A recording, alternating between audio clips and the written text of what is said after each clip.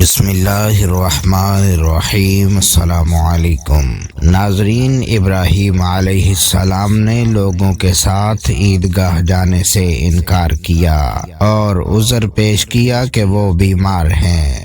وہ لوگ آپ کو چھوڑ کر چلے گئے۔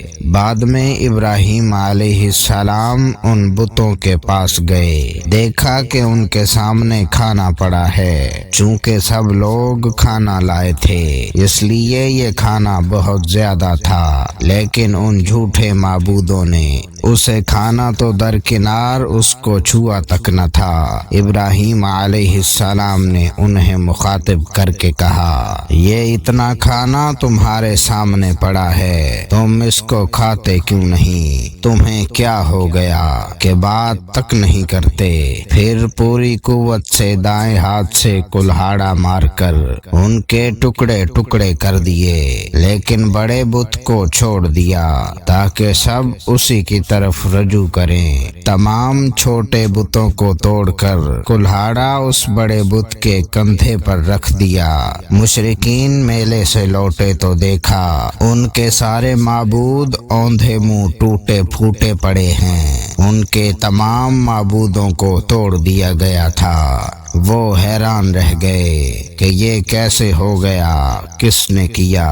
کہنے لگے، یہ کام کس ظالم کا ہے؟ اس نے ہمارے معبودوں کی توہین کی ہے۔ اس وقت جن لوگوں نے ابراہیم علیہ السلام کا وہ کلام سنا تھا انہیں ان کا خیال آ گیا۔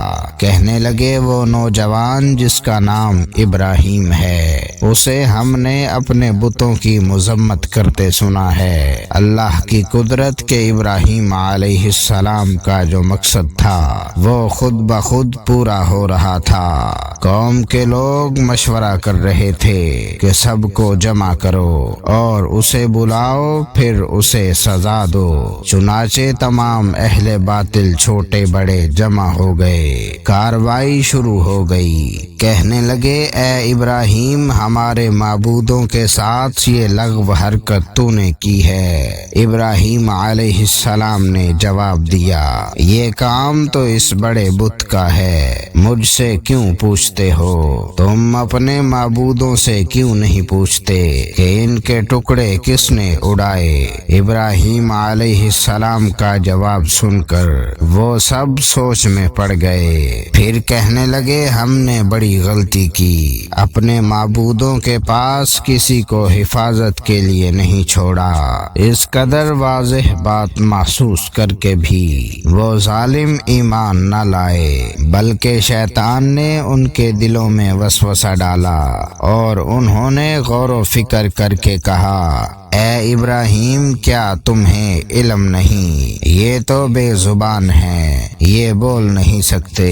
اب ابراہیم علیہ السلام نے فرمایا، تب پھر تم اللہ تعالی کے سوا اس چیز کی عبادت کرتے ہو جو تمہیں کچھ بھی نفع نہ دے سکے اور نہ نقصان پہنچا سکے۔ تعجب ہے تم پر اور ان پر بھی جنہیں تم اللہ کے سوا پکارتے ہو، کیا تم میں بالکل عقل نہیں؟ اس طرح ابراہیم علیہ السلام نے ان پر حقیقت خوب اچھی طرح واضح کر دی۔ ان سے فرمایا، تم ان کی پوجا کرتے ہو جن کو تم خود تراشتے ہو، یعنی ان کا حال تو یہ ہے کہ تم نے ان کو خود اپنے ہاتھوں سے تراشا اور ان کی عبادت کرنے لگے، جبکہ تمہیں اور تمہاری بنائی ہوئی چیزوں کو اللہ تعالی ہی نے پیدا کیا ہے۔ ابراہیم علیہ السلام نے ایک کلہاڑے کی مدد سے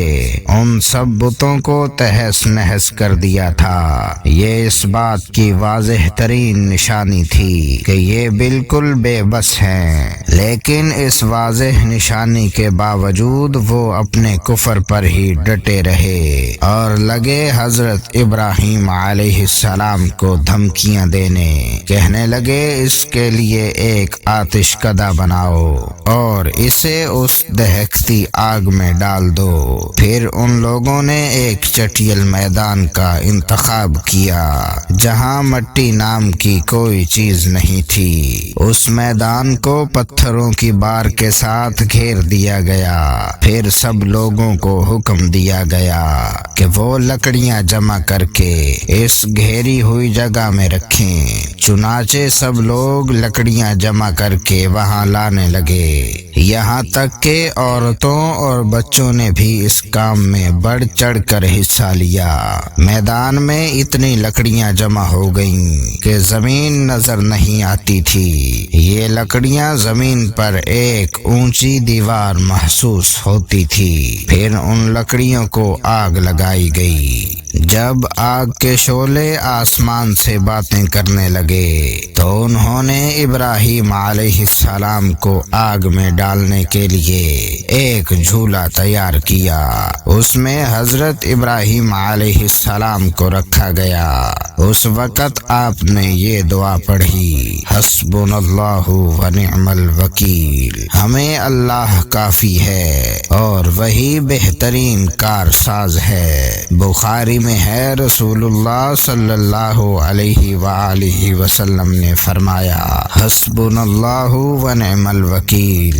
ابراہیم علیہ السلام نے اس وقت فرمایا تھا جب انہیں آگ میں پھینکا جانے لگا تھا، مطلب یہ کہ ہم اللہ ہی پر بھروسہ کرتے ہیں، اس کے سوا ہمارا کسی پر بھروسہ نہیں۔ بعض روایات میں یہ بھی ہے کہ جب ابراہیم علیہ السلام کو آگ میں ڈالا جانے لگا تو جبرائیل علیہ السلام آئے اور کہا، اے ابراہیم، کوئی حاجت ہے تو میں حاضر ہوں۔ حضرت ابراہیم علیہ السلام نے فرمایا، اگر تم اپنی مرضی سے آئے ہو تو مجھے تمہاری کوئی ضرورت نہیں۔ ایک دوسری روایت میں ہے کہ بارش کے فرشتے نے حاضر ہو کر کہا تھا، اے ابراہیم، مجھے حکم دیجئے، میں بارش برسا کر اس آگ کو بجھا دوں، لیکن ایسی تمام روایات ضعیف ہیں۔ یوں ہی اللہ کا حکم ان سے پہلے کام کرنے والا تھا۔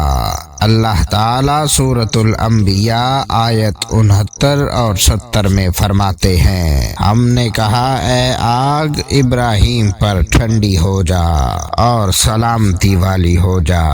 گو انہوں نے ابراہیم کا برا چاہا، لیکن ہم نے انہیں ہی نقصان پانے والا کر دیا۔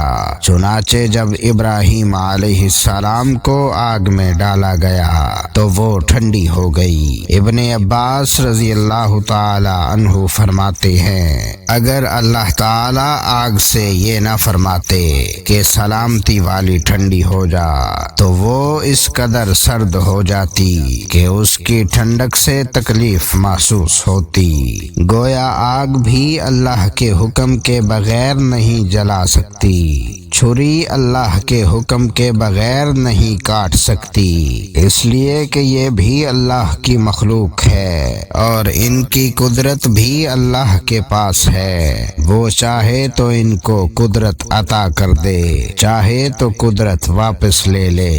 آگ کو ٹھنڈا ہونے کا حکم ہوا اور ٹھنڈی ہو گئی۔ اس نے نہ ابراہیم علیہ السلام کے کپڑے جلائے، نہ جسم کے کسی حصے کو نقصان پہنچایا، صرف وہ رسیاں جلائیں جن سے آپ کو باندھا گیا تھا۔ سبحان اللہ۔ لوگ آگ کے گرد اس انتظار میں کھڑے تھے کہ جو ہی انہیں آگ میں پھینکا جائے گا وہ جل کر راکھ ہو جائیں گے، لیکن وہ یہ دیکھ کر حیران رہ گئے کہ ابراہیم علیہ السلام بڑے ناز سے آگ کے درمیان بیٹھے ہیں۔ بعض روایات میں ہے کہ ابراہیم علیہ السلام فرمایا کرتے تھے، مجھے ان دنوں جو راحت اور سکون حاصل تھا ویسا آگ سے نکلنے کے بعد نہیں ہوا۔ لوگ اس معجزے کو دیکھ کر حیرت زدہ تھے۔ پھر ابراہیم علیہ السلام آگ سے نکلے۔ اتنا بڑا معجزہ دیکھنے کے باوجود لوط علیہ السلام کے سوا کوئی شخص پورے بابل اول شہر سے ان پر ایمان نہ لایا۔ اللہ تعالیٰ فرماتے ہیں ابراہیم پر لوط ایمان لائے، مطلب یہ کہ پوری بستی سے لوط علیہ السلام تھے جو آپ پر ایمان لائے تھے، باقی تمام لوگ کفر ہی پر ڈٹے رہے۔ ابراہیم علیہ السلام ان کا رویہ دیکھ کر نا امید ہو گئے کہ اس سے بڑھ کر یہ کون سا معجزہ دیکھنا چاہتے ہیں۔ ان کے بتوں کو توڑ دیا گیا۔ اپنی آنکھوں سے اللہ کی نشانی ان لوگوں نے دیکھی، پھر بھی یہ ایمان نہیں لائے، چنانچہ آپ نے وہاں سے ہجرت کا ارادہ فرما لیا۔